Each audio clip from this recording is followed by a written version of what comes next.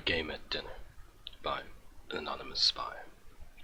A spy's observation upon poison making and a dinner party. Forward from the publisher. The history behind this letter is almost as interesting and dark as the story it tells. The original letter to the mysterious Dawnane was copied and began circulating around the ashlands of Vardenfall a few months ago. In time, a print found its way into the mainland in Prince Halu Helsev's palace outside Almalexia.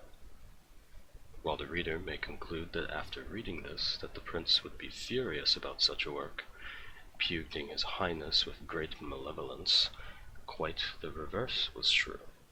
The prince and his mother, Queen Berenzia, had it privately printed into bound copies and sent to libraries and booksellers throughout Morrowind. As a matter of record, the prince and the queen have not officially stated whether the letter is a work of pure imagination or based on an actual occurrence. The House Dress has publicly denounced the work, and indeed, no one named Dawnane, despite the suggestions in the letter, has ever been linked to the house. We'll leave the reader to interpret the letter as he or she believes. Neriscon, the publisher.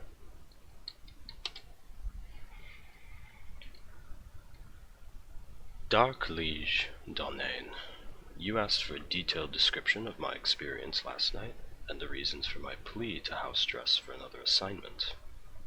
I hope I have served you well in my capacity as an informant in the court of Prince Helseth, a man who I have stated in many previous reports could teach Molag Bal how to scheme.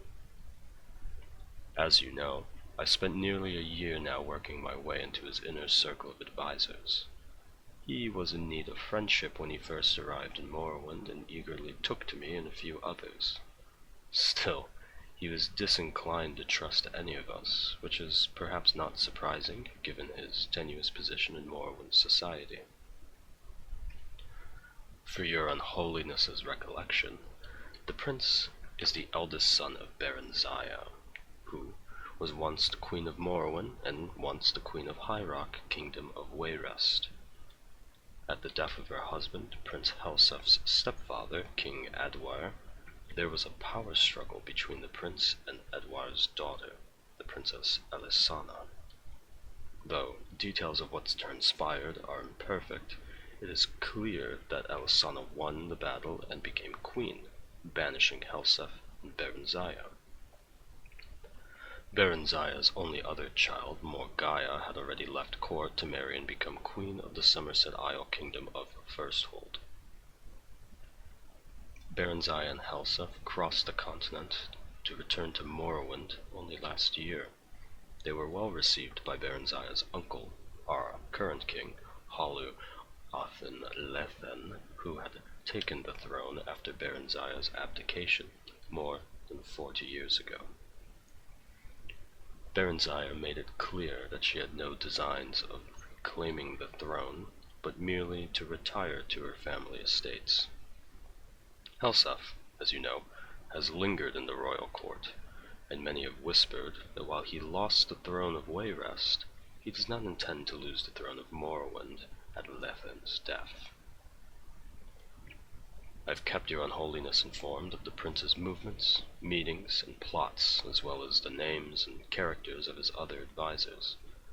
As you may recall, I've often thought that I was not the only spy in Helsef's court.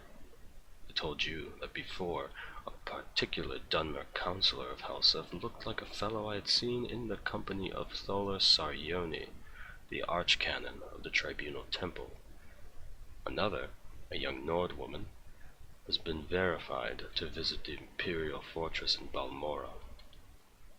Of course, in their cases, they might well have been on Helsef's own business, but I couldn't be certain.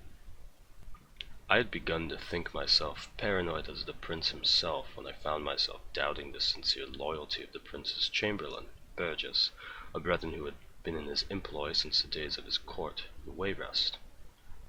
That is the background on last night. Yesterday morning, I received a curt invitation to dine with the prince.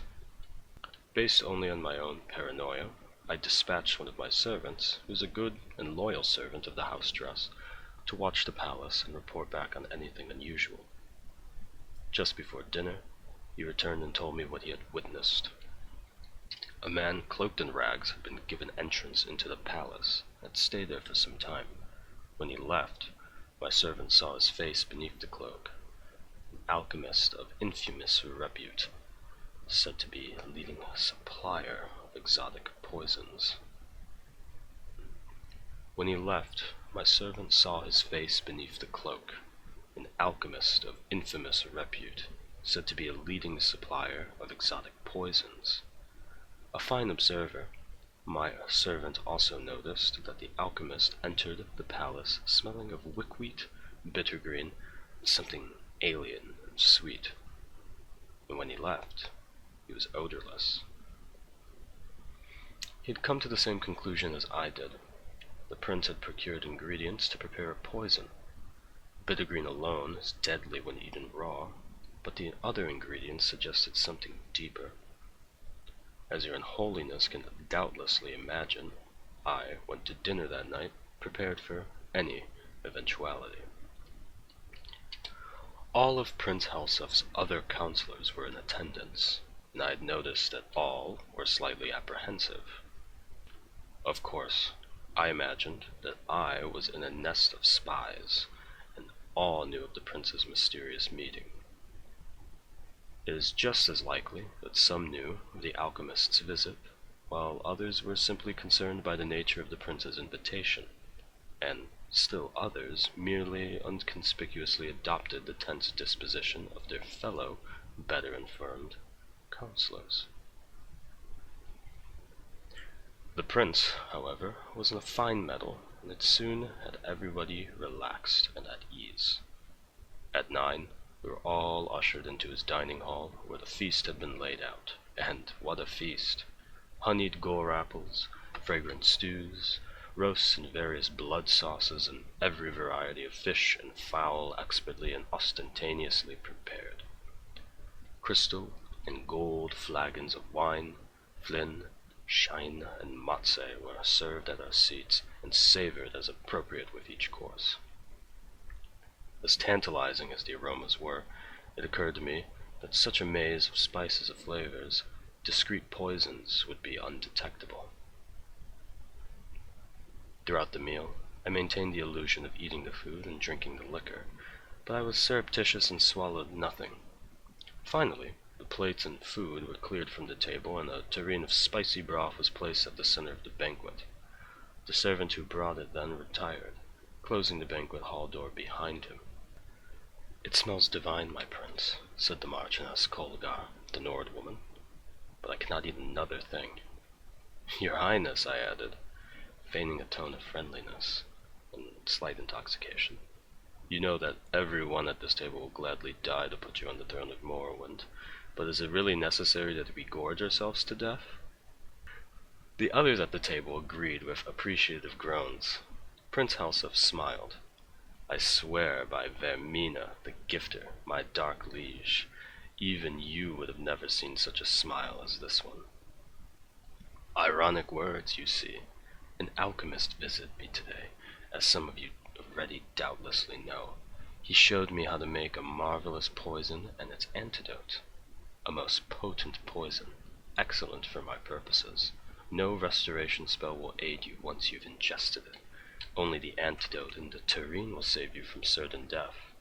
And what a death, from what I've heard. I'm eager if the effects are all that the alchemist promised.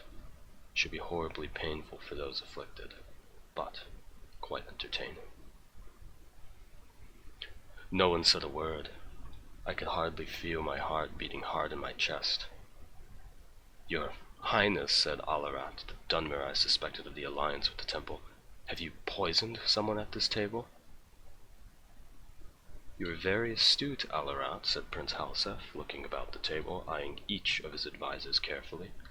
"Little wonder I value your counsel. As indeed, I value all in this room. It would perhaps be easiest for me to say who I have not poisoned. poisoned.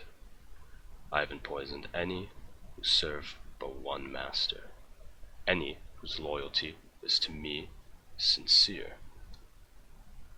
I haven't poisoned any person who wants to see King Helseth on the throne of Morrowind. I haven't poisoned anybody who isn't a spy for the Empire, the Temple, the House of Telvanni, the House of Redoran, the House of Indoril, the House of Dress. Your Unholiness, he looked directly at me in his last words. I know that in certainty. My face is practiced at keeping my thoughts from showing, but I immediately thought of every secret meeting I've had, every coded message I sent to you and the house, my dark liege. What could he know? What could he, even without knowing, suspect? I felt my heart beating even faster. Was it fear or poison? I couldn't speak, certain as I was that my voice would betray my calm facade. Those loyal to me who wish harm on my enemies may be wondering how I can be certain that the poison has been ingested. Is it possible that the guilty party, or, dare I say, parties, were merely suspicious and merely pretended to eat and drink tonight? Of course, but even the craftiest of pretenders would have to raise a glass to their lips and put empty forks or spoons in their mouths to play the charade. The food, you see, was not poisoned. The cups and cutlery were. If you did not partake out of fear, you're poisoned just the same, and sadly, missed an excellent roast. Sweat beaded on my face, and I turned from the prince so he would not see.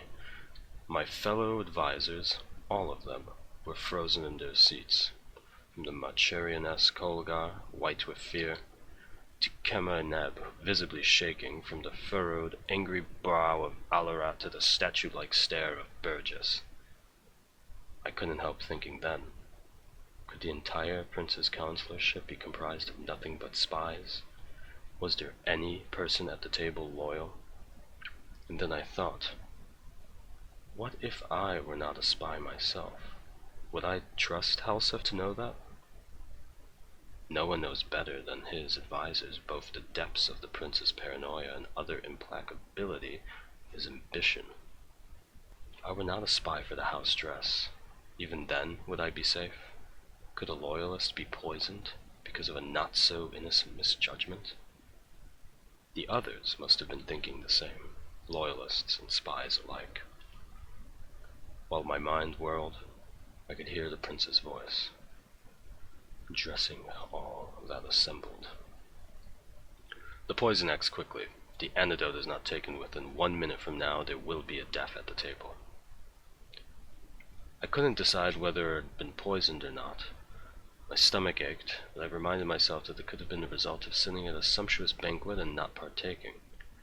My heart shook in my chest, and a bitter taste like trauma roots stung my lips. Again, was it fear or poison? These are the last words you will hear to me if you're disloyal, said Prince Helseth, still smiling that damned smile as he watched his advisors squirming in their seats. Take the antidote and live. Could I believe him? I thought of what I knew of the Prince Helseth and his character. Would he kill a self-confessed spy at his court, or would he rather send the vanquished back to his masters? The prince was ruthless, but either possibility was within his manner. Surely, the theatricality of this whole dinner was meant to be a presentation to instill fear. What would my ancestors say if I joined them after sitting at a table, eventually dying of poison? What would they say if I took the antidote, confessing my allegiance to you in the house dress, and was summarily executed? And, I confess, I thought of what you might do to me, even after I was dead. I had grown so lightheaded and filled with my own thoughts that I couldn't see Burgess jump from his seat. I was only suddenly aware that he had the tureen in his hands and was gulping down the liquid within. There were guards all around, though I never noticed them entering. Burgess, said Prince Helseth, still smiling, you've spent some time at Ghostgate, House Redoran? You didn't know? Burgess laughed sourly. No, House. I report to your stepsister, the Queen of Wayrest. I've always been in her employ. By Akatosh, you poisoned me because you thought I was working for some damnable dark elves? You're half right, said the prince. I didn't guess who you were working for, or even that you were a spy. But you're also wrong about me poisoning you. You poisoned yourself when you drank from the tureen. Your unholiness, you don't need to hear how Burgess died. I know that you have seen much over the many, many years of your existence, but you truly don't want to know. I wish I could erase the memory of his agonies from my own mind. The council was dismissed shortly thereafter. I do not know if Prince Halsef knows or suspects that I too am a spy. I do not know how many others last night, were as close as I was from drinking from the tureen before Burgess did. I only know that if the prince does not suspect me now, he will. I cannot win at the games he mastered long ago at the court of Wayrest, and I beg your unholiness, my dark liege Dalknane, to use your influence in the house dress and dismiss your loyal servant from this charge. Publisher's note. Of course, the anonymous writer's signature has not been on any of the reprint of the letter since the original.